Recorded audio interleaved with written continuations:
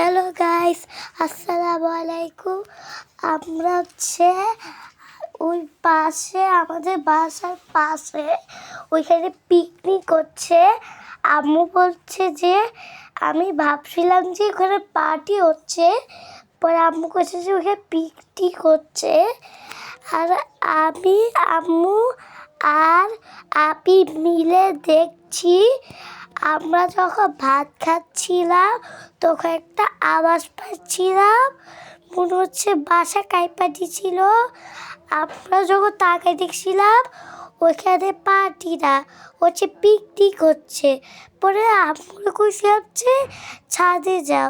আমি পারবে যাইতে চাইছে কিছু দেয় ছাদে দিয়ে দেখতে কইছে। হ্যালো গাইস, আমি আম্মু মিলে ছাদ থেকে দেখছিলাম হচ্ছে ওইখানে পার্টি হচ্ছে। আমি ভুল করে ভাবছিলাম পার্টি, কিন্তু পার্টি হচ্ছে না, আর ওইখানে হচ্ছে পিকনিক হচ্ছে।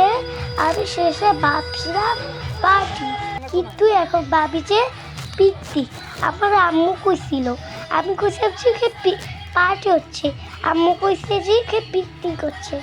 পরে আমি দেখি যে ওখানে পিকনিক হচ্ছে। পরে আম্মুরে ছাদে যাইতে চাই না, পাড়াপাড়ি করে ওইখানে যাইতে চাইছিলাম।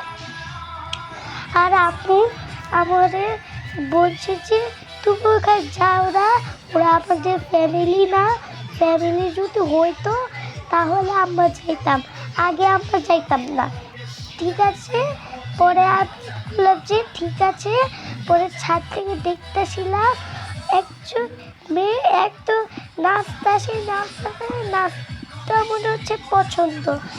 আর এখান থেকে হচ্ছে একটা অটো গাড়ি আছে, ওদের নাচটা দিচ্ছে।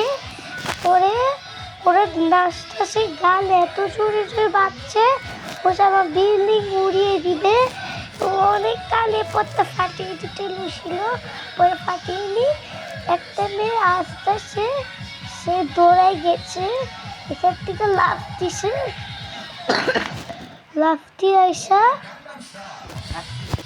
এখন ওরা রং মাখামাখি করছে আর ওরা নাচছে। মুখে পুরো ভরিয়ে গেছে, মনে হচ্ছে ধুলাবালি লেগে ভরিয়ে গেছে। আর আমি বিকালে দেখি যে ওরা নাচছে, এখন থেকে যে আবার নাচছে, অনেক জোরে জোরে গান গাইতেছে। হ্যালো গাইস, পরে কথা হবে, ওকে বাই।